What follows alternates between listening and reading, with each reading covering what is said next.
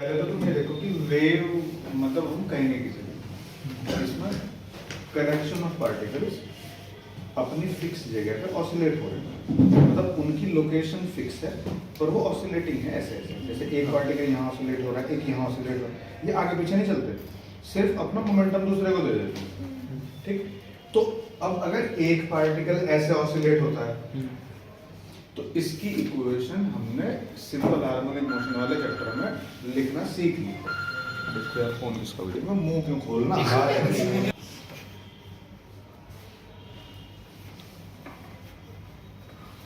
मतलब वैसे तो देखो मीडियम हम कंसिडर कर रहे हैं, पर मीडियम में हम पहले स्ट्रिंग का एग्जांपल ले लें, उसको रिप्लेस कर लेंगे, मीडियम में भी ऐसे ही होगा जैसे यहाँ होगा।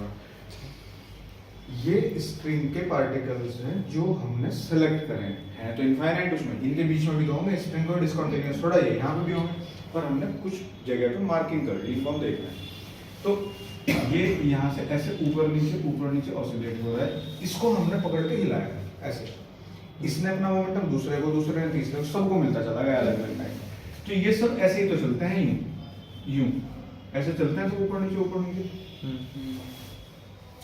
तो हमने पहले वाले पार्टिकल को कहाँ से स्टार्ट करा, अगर मीन पोजीशन से पॉजिटिव साइड की तरफ मोमेंटम स्टार्ट करा तो हम पहले पार्टिकल के डिस्प्लेसमेंट को y में इसलिए लिखा हूं क्योंकि y एक्सिस मानो y या x equal to a sin omega t से SHM में मैं इक्वेशन लिखाना तुम लोगों को सिखा दूंगा।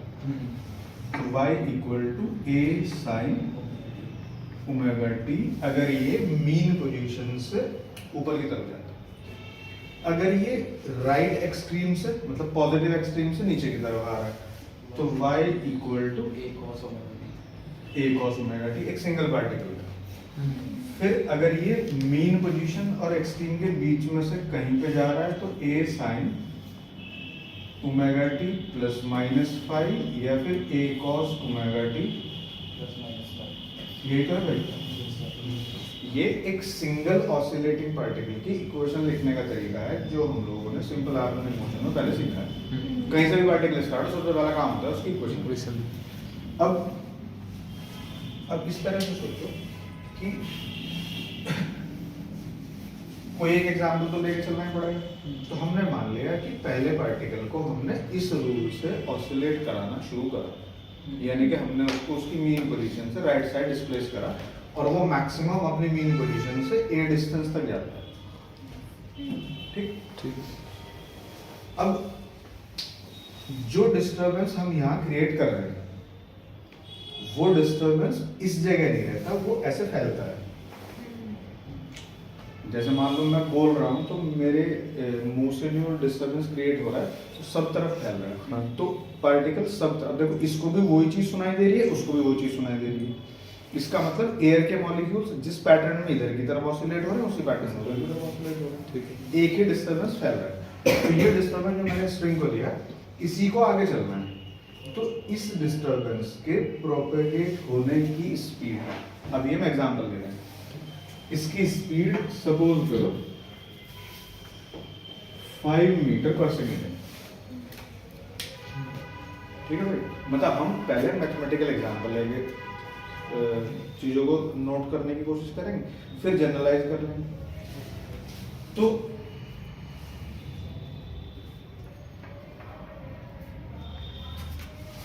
अब जो पार्टिकल मैंने यहां से ऑसिलेट करना शुरू करा, क्या कर रही, ये 1 सेकंड बाद 1 मीटर दूर होता है,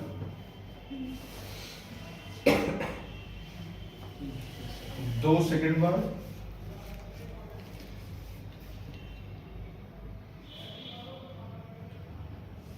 3 मीटर दूर हो रहा है। एक हाइपोथेटिकल से एग्जांपल ले लिया, वैसे ये ऊपर की तरफ ऐसे ऐसे जा रहा है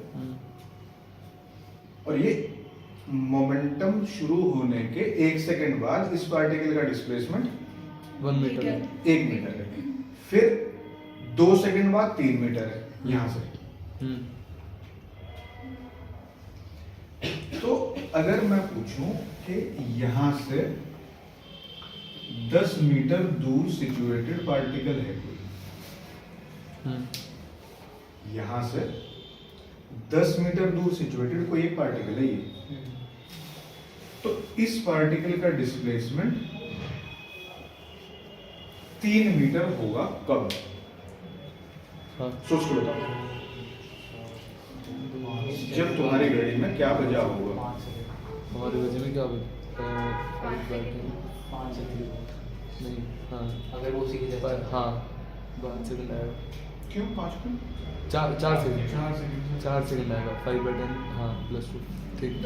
यहां से 10 मीटर दूर सिचुएटेड पार्टिकल का डिस्प्लेसमेंट 3 मीटर होगा कब?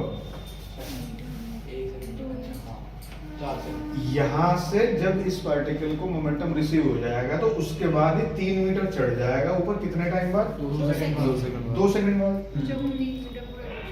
हैं? 2 सेकंड में वो 3 मीटर कर रहा है।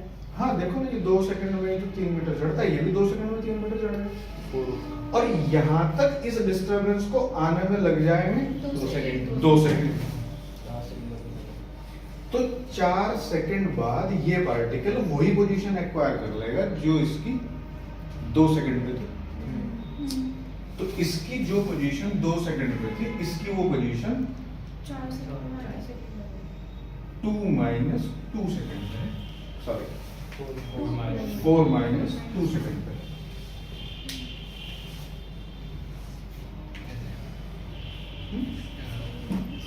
मतलब इसको अगर जो मोमेंटम रिसीव हुआ कितने टाइम बाद हुआ? 2 सेकंड बाद हुआ ये रहा। और उस मोमेंटम को पूरा यहां तक जाने में कितना टाइम लगा? 4 सेकंड। 2 + 2 2 और 4। तो मैं यही तो कहूंगा कि जो इसका डिस्प्लेसमेंट है 4 माइनस 2 सेकंड पे, वो वही है जो इसका 2 सेकंड पे।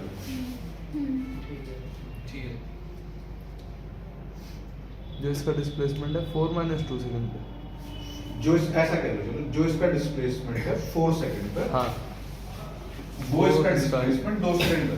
ठीक। तो इस 4 सेकंड का जो डिस्प्लेसमेंट है, मैं ये भी तो कह सकता हूँ कि इसका डिस्प्लेसमेंट वही है जो इस पार्टिकल का डिस्प्लेसमेंट इतने टाइम पहले। इसका डिस्प्लेसमेंट और इसका डिस्प्लेसमेंट आइडेंटिकल है, इसका तो 2 सेकंड पे है और इसका जो डिस्प्लेसमेंट 4 पे है, तो 4 से 2 सेकंड पहले इसका डिस्प्लेसमेंट वही था। सही? हाँ। अब कोई और पकड़ लो, कोई पार्टिकल पकड़ लो, यहां से तुम 25 मीटर दूर, और मैं पूछूं कि इसका डिस्प्लेसमेंट यहां से 1 मीटर होगा, कब होगा 1 मीटर का डिस्प्लेसमेंट? 6 सेकंड बाद। 1 मीटर 25 मीटर दूर 25 नहीं 1 मिनट से। देखो एक डिस्टर्बेंस यहाँ क्रिएट है, 6 उसको सेकंड आगे बढ़ना है किस स्पीड से? 500 सेकंड से। तो इस डिस्टरबेंस को, इस पार्टिकल को एक्साइट करने में 5 सेकंड लग गए। और जब ये यहाँ एक्साइटमेंट होती है तो 1 सेकंड में ये 1 मीटर ऊपर चला जाता है। हाँ। तो एक्साइट होने के ये कितनी देर बाद 1 मीटर ऊपर जाएगा? 1 सेकंड बाद। 1 सेकंड बाद। भाई साहब एक्साइट ही 5 सेकंड में हो रहा है, तो इसका डिस्प्लेसमेंट 6 सेकंड पे वही है जो इसका 1 सेकंड पे है। या ऐसा समझो कि इसका डिस्प्लेसमेंट इसके डिस्प्लेसमेंट के इक्वल है, या मैं कह दूं इसका डिस्प्लेसमेंट इसके डिस्प्लेसमेंट के इक्वल है, इसका डिस्प्लेसमेंट इसके डिस्प्लेसमेंट के इक्वल है।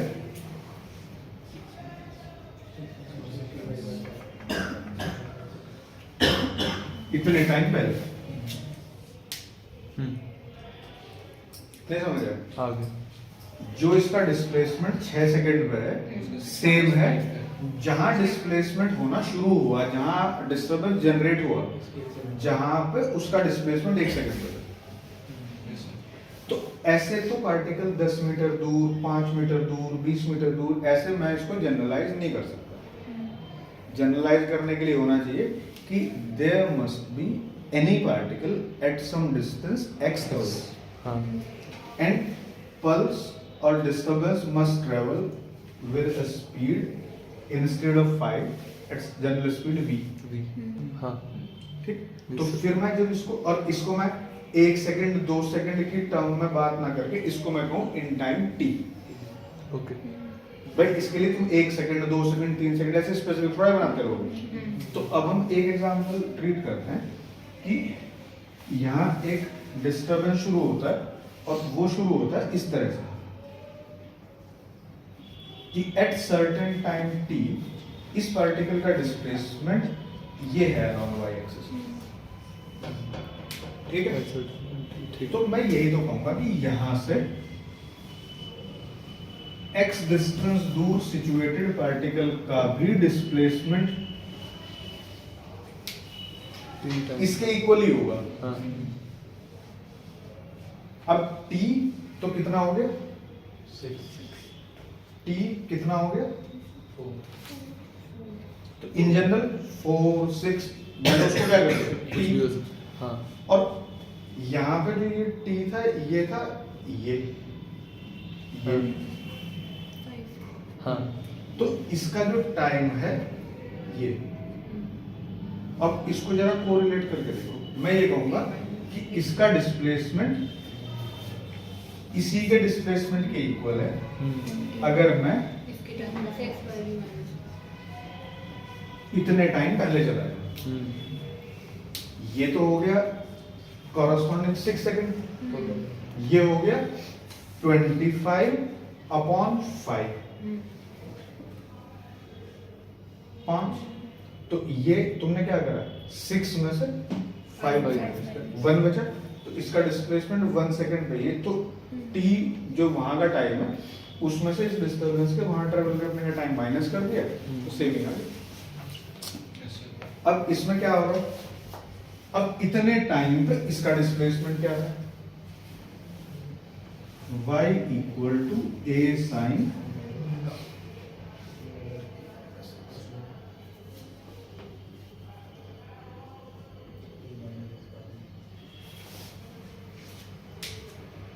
अब देखो ये किसी भी x डिस्टेंस दूर सिचुएटेड पार्टिकल का मीन पोजीशन से डिस्प्लेसमेंट है एट टाइम t। अब ये जो ये टाइम है ना, ये टाइम हमने रेफरेंस किससे बनाया, पहले वाले से, और उसमें से ये वाला टाइम क्यों माइनस करा, ये वो टाइम माइनस कर दिया जितने टाइम बाद उसको डिस्टर्बेंस रिसीव होगा। समझिए, तो अब x कोई स्पेसिफिक पार्टिकल नहीं रहा कि भाई 10 मीटर दूर है 25 मीटर दूर है, x कोई भी पार्टिकल वैल्यू रख लो बस x की, t कोई भी टाइम। अगर तुमने कहा कि x 10 मीटर दूर सिचुएटेड पार्टिकल का हाँ 10 सेकंड पर डिस्प्लेसमेंट बताओ, ठीक है, तो तो इसका मतलब ये है कि 10 सेकंड में से ये अपने आप ही वो टाइम माइनस कर देगा जो यहां तक पहुंचने में उसको लगेगा, और जो बाकी बचा हुआ टाइम है इसमें वो ऊपर चला जाएगा। ठीक है, ये वाली टर्म किस चीज को माइनस कर रही है, जो वहां से जो डिस्टर्बेंस को जनरेट होने के बाद उस पार्टिकल तक पहुंचने में लगता है। अब उसके बाद एक बार उसको वो रिसीव हो गया फिर वो चलता पहले वाले की तरह ही है, पर उसमें बस थोड़ा टाइम गैप आ गया, टाइम डिले, तो जितना टाइम गैप आया वो उसमें से माइनस कर दिया। और अगर जो टाइम पुट करा उतने टाइम में डिस्टर्बेंस वहां तक पहुंच ही नहीं रहा तो फिर वो उसको लीगलाइज करेगा ही। और सर अगर ऐसा है कि जो उसका टाइम पीरियड है कि मीन पोजीशन से एक्सट्रीम पोजीशन पहुंचने का है और उससे ज्यादा टाइम पीरियड आ गया तो वो फिर वापस वापस आ रहा होगा फिर नीचे, उसमें तो उसको कोई मतलब ही नहीं होता ना, वो तो साइन फंक्शन तो रिपीटेटिव फंक्शन है। तो आंसर उसी की टर्म्स में मतलब हाँ। आ जाएगा कि अगर वो ऐसा ना आ जाए कि जैसे 5 से ऊपर 6 ना होकर 4 ना आएगा ही नहीं जब, क्योंकि ये तो 2 पाई के बाद रिपीट होने लगती है ना वैल्यू, उसके बाद तो साइन की फंक्शन की वैल्यू प्लस वन और माइनस वन के बीच में तो रहेगी, उसके बाद तो फिर उसको कम। अब तुम ये कह सकते हो कि पार्टिकल ऊपर जा रहा है नीचे जा रहा है, मैं कैसे देखूं, हाँ पार्टिकल की वेलोसिटी के साइन से पता चल जाएगा, तो उसे dy/dt निकाल दो। अच्छा हम ऊपर का एक अगर पॉजिटिव ले ले तो नीचे का SHM में कराया था। तो ये किसी भी वेव की मतलब ये एक पार्टिकल की इक्वेशन है। अब एक पार्टिकल में तुम देख लो भाई, एक ही पार्टिकल अलग अलग टाइम पे बार बार ये घूमता रहता है। अब इसमें x की वैल्यू रख लो, 1 2 3 जितनी x की वैल्यू, मतलब we are talking about that much number of particles. जितनी x की वैल्यू लोगे उतने पार्टिकल। तो अब इस पूरे कलेक्शन में कितने पार्टिकल थे? तो x की वैल्यू तो बहुत सारी है। इसका मतलब ये तुम्हें सबका डिस्प्लेसमेंट डिफरेंट टाइम पे बताने में कैपेबल है। तो इस स्ट्रिंग में सबका डिस्प्लेसमेंट पता चल रहा तुम्हें एक इक्वेशन से। हाँ। तो तुम्हारा काम तो हो गया, वेव की इक्वेशन मिल गई तुम्हें। ठीक है ठीक है ठीक है। तो ये AT माइनस BX की फॉर्म में है, हाँ साइन का फंक्शन है। तो पहली बात तो f of AX plus minus BT, तो ट्रेवलिंग वेव और उसमें भी साइन का फंक्शन है। तो साइन का फंक्शन है सिंगल हार्मोनिक हाँ। Progressive, plane progressive, plane progressive. फिर नेगेटिव साइन है तो राइट की तरफ Right roll की करते हैं। अगर यहाँ प्लस साइन होता तो ये लेफ्ट की तरफ। समझ गए? Yes, sir. उसमें पता है क्या होता कि जब ये इधर की तरफ जारी होती तो हम कहेंगे कि इतने टाइम बाद वो पोजीशन। इस तरह से अच्छा नेगेटिव में जारी होती है ना, हाँ तो वो यहाँ पर लगाया जाता है। सर एक बार उसका एग्जांपल दे दो। एग्जाम्पल तो यही एग्जाम्पल है भाई, जिस स्ट्रिंग को मैं इधर की तरफ ले लूंगा मैं उसको उधर की तरफ ले लूंगा, उसमें क्या लगेगा? पल्स उधर की तरफ नहीं जा रही, इधर की तरफ जा रही है, तो नेगेटिव डिस्प्लेसमेंट बढ़ेगा। समझिए? तो अब यही वेव इक्वेशन है, इसको थोड़ा सा मॉडिफाई कर लेते हैं। y equal to a sine omega t minus omega upon v into x. अब यहाँ ओमेगा जो है ये एंगुलर फ्रीक्वेंसी, इसमें याद होगा तुम्हें ओमेगा क्या बताया था? मैंने तुम्हें ये बताया था कि किसी भी पार्टिकल की जो सिंपल हार्मोनिक मोशन है, हाँ एक्चुअली में जब उसके डिस्प्लेसमेंट की इक्वेशन लिखी जा रही थी तो ये लोग सब कंफ्यूज थे, ऐसी मोशन कहाँ से लाए? टू एंड फ्रो मोशन वाला पार्टिकल ढूंढने से भी नहीं होगा। हाँ फिर इन्होंने दिमाग लगाया खूब सारा, तो इन्हें लगा कि इस तरह की जो मोशन है टू एंड फ्रो, ये अगर हम एक सर्कल पे घूमते हुए किसी पार्टिकल को ऑब्जर्व करें और उस पार्टिकल की इंस्टेंटेनियस पोजीशन से किसी भी डायमीटर पे परपेंडिकुलर डाल दें, तो जैसे जैसे ये आगे की तरफ चलेगा और जैसे जैसे ये इधर की तरफ चलेगा तो इसका परपेंडिकुलर का intersection with any diameter of circle ऐसी मोशन पोजेस करता है जैसे oscillating motion to and fro observe करेगी, टू एंड फ्रो टाइप। तो इन्होंने कहा कि यार ऐसी मोशन मिलती तो है नहीं, तो इसके साथ ये कनेक्टेड है, तो ये ऑसिलेटरी मोशन करता है, तो भाई इसी से इसको कनेक्ट कर दो। फिर इक्वेशन मैंने तुम्हें लिखना सिखाया जैसे मैं उससे लिखी। तो यहाँ जो ये ओमेगा है टर्म, चूंकि ये ऑसिलेटरी मोशन इससे कनेक्टेड है सर्कुलेटरी मोशन से, तो ये ओमेगा इसकी एंगुलर वेलोसिटी है। जितने टाइम में ये एक ऑसिलेशन पूरा करता है उतने ही टाइम में ये भी एक ऑसिलेशन कंप्लीट कर लेता है। तो एक ऑसिलेशन कंप्लीट करने का पीरियड ऑसिलेटरी या सिंपल हार्मोनिक मोशन वाले बॉडी के लिए क्या कहलाता है? Time period. तो अगर इसको देखोगे, ये एक ऑसिलेशन जितने टाइम में कंप्लीट करेगा, ये एक राउंड उतने टाइम में कंप्लीट करेगा। उतना राउंड कंप्लीट करने में इसके लिए एंगुलर डिस्प्लेसमेंट कितना होगा? 2 pi upon angular velocity omega. पर इस टाइम कंप्लीशन को हम ऑसिलेटरी मोशन के केस में या एसएचएम के केस में टाइम पीरियड कहेंगे। तो ये वही एंगुलर फ्रीक्वेंसी है जो ऑसिलेटरी मोशन की इक्वेशन को डिस्क्राइब करने में हमने सर्कुलर मोशन से उसको कनेक्ट करा, और फिर सर्कुलर मोशन से जिसको कनेक्ट हो रहा है वो सर्कुलेटिंग ऑब्जेक्ट है, उसकी वेलोसिटी एंगुलर वेलोसिटी है ओमेगा। हाँ समझ आ गई? फिर ये जो ओमेगा अपॉन वी है,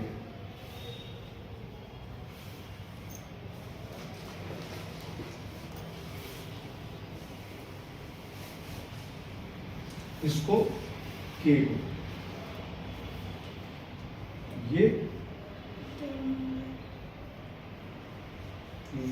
नंबर नाम लिख दिया इसका हमने। के इक्वल इसका नाम रख दिया, बस कांस्टेंट टर्म का नाम रख दिया कि 2 pi upon sorry omega upon v। अब देखो ध्यान से, ये जैसे ये पूरा सर्कुलेशन है 2 पाई का, तो ऐसी सिचुएशन में या इसको ऐसे याद रख लो उसको। अब अगर इनकी वैल्यू रखें हम लोग k इक्वल, इसको क्या रखें 2 पाई अपॉन t, और v को क्या रखो 2 pi upon lambda. f lambda. अच्छा सॉरी क्लास। ये लैम्डा है। लैम्डा क्या है, ये बात समझ लीजिए लैम्डा क्या है। जैसे कोई वेव है, मतलब तुमने 9th में पढ़ा होगा कि किसी भी वेव के लिए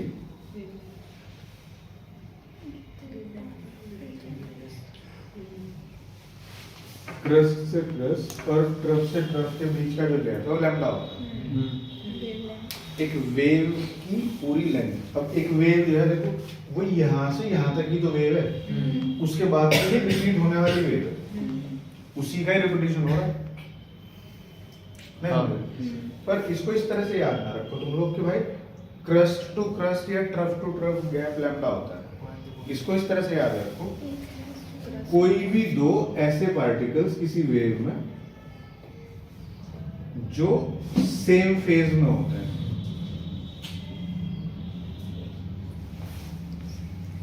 सेम फेज से मतलब पोजीशन और डायरेक्शन ऑफ मोशन सेम होना चाहिए। कभी तुम सोचने लगो कि ये भी इतना ही डिस्प्लेसमेंट है और ये भी इतना ही डिस्प्लेसमेंट है, तो इसको क्यों लैम्डा कह दिया? भाई इसकी डायरेक्शन ऑफ मोशन नीचे है, इसकी डायरेक्शन ऑफ मोशन ऊपर है, तो डायरेक्शन ऑफ मोशन भी सेम होना चाहिए। Particles must have same displacement and same direction of motion. तो तुम देखो इसको और इसको देखो, ये भी नीचे जा रहा है, ये भी नीचे जा रहा है, तो इसको सेम फेज में कहेंगे, इसको सेम फेज में कहेंगे, इसको सेम फेज में कहेंगे, इसको और इसको सेम फेज में कहेंगे, इसको सेम फेज में कहेंगे। कोई भी दो ऐसे पार्टिकल जो सेम फेज में होते हैं उसके बीच के गैप को हम कहते हैं वेवलेंथ लैम्डा। तो फ्रीक्वेंसी होती है number of cycles completed per second, समझिए। अब ये देखो कि wave velocity equal to distance covered per second by the wave. ये दो, अब एक वेव की कितनी लेंथ है, मतलब वेव किसको भी आइडेंटिफाई करो, तो यहां का तुम देखोगे वेव यही तो है, या तुम अगर यहां से लोगे तो ये अगले यहां तक आ जाएगी। तो ये एक वेव है जिसको हम क्या कह रहे हैं लैम्डा। इसकी लेंथ है लैम्डा। अब एक सेकंड में कोई ऑब्जेक्ट जितने नंबर ऑफ ऑसिलेशंस पूरे करती है, हाँ जितने नंबर ऑफ ऑसिलेशंस पूरे करती है हाँ वो कहलाती है उसकी फ्रीक्वेंसी। तो एक सेकंड में ये चीज कितने टाइम्स रिपीट हो जाएगी वो इसकी फ्रीक्वेंसी होगी। वो फ्रीक्वेंसी है। तो एक वेव जब हम बना रहे थे, मान लो हम कुछ कोई डिस्टर्बेंस क्रिएट कर रहे हैं, तो जब तक इस बॉडी ने एक ऑसिलेशन कंप्लीट करा तो उसने इस तरह की 2 पल्स जनरेट कर दी। अच्छा, ऐसे उसने 2 पल्स जनरेट कर दी, तो एक सेकंड में ये कितनी पल्स आ जाएंगी? तो 2 ऐसी आ जाएंगी। तो इसने कितनी डिस्टेंस ट्रेवल कर दी? 2 लैम्डा। अगर एक सेकंड में हमने इस तरह की 4 पल्स जनरेट कर दी तो फोर कितने लैम्डा। डिस्टेंस में एडजस्ट हो जाएगा? 4 लैम्डा। 4 लैम्डा में एडजस्ट हो जाएगा। एक सेकंड में जितने साइकिल्स पूरे होते हैं, जितने उसको क्या कहते हैं? फ्रीक्वेंसी। फ्रीक्वेंसी। तो इन जनरल फ्रीक्वेंसी को डिनोट करते हैं किससे? F से। f से। तो अगर किसी ऑसिलेटिंग बॉडी की फ्रीक्वेंसी f है, इसका मतलब वो एक सेकंड में f पल्स जनरेट कर रही है। एक पल्स जनरेट कर दी, दूसरे सेकंड दूसरे, एक सेकंड हुआ नहीं, फटाफट कर दी। तो एक सेकंड में उसने f नंबर ऑफ पल्स बना दी। हाँ। तो वो कितनी डिस्टेंस एक्वायर कर लेगी? लैम्डा एफ लैम्डा एक्वायर कर लेंगे, लिखा था ये। और 1 सेकंड में जो डिस्टेंस कवर्ड है वही क्या कहलाती है? तो 9th में पढ़ा होगा ना? लिख दिया इसको। अब टाइम पीरियड होता है 1 सेकंड, एक ऑसिलेशन कंप्लीट करने का टाइम। टाइम फ्रीक्वेंसी होती है एक और सेकंड में 1 सेकंड में नंबर ऑफ ऑसिलेशन। हाँ तो बराबर एक ऑसिलेशन कंप्लीट करने का टाइम 1 सेकंड में नंबर ऑफ ऑसिलेशन। तो ये क्या है? वन हो जाएगा। तो k की वैल्यू जाएगी 2 पाई बाय लैम्डा। तो वेव नंबर है। सर वेव नंबर मतलब कितने नंबर हुए? इसमें पूरे साइकिल पे जब ये पूरा 2 पाई एंगल घूमेगा तो ये कितनी पल्स यहाँ बनेगी? मतलब एक लैम्डा देखेंगे ना, एक लैम्डा एक पल्स। समझ गए?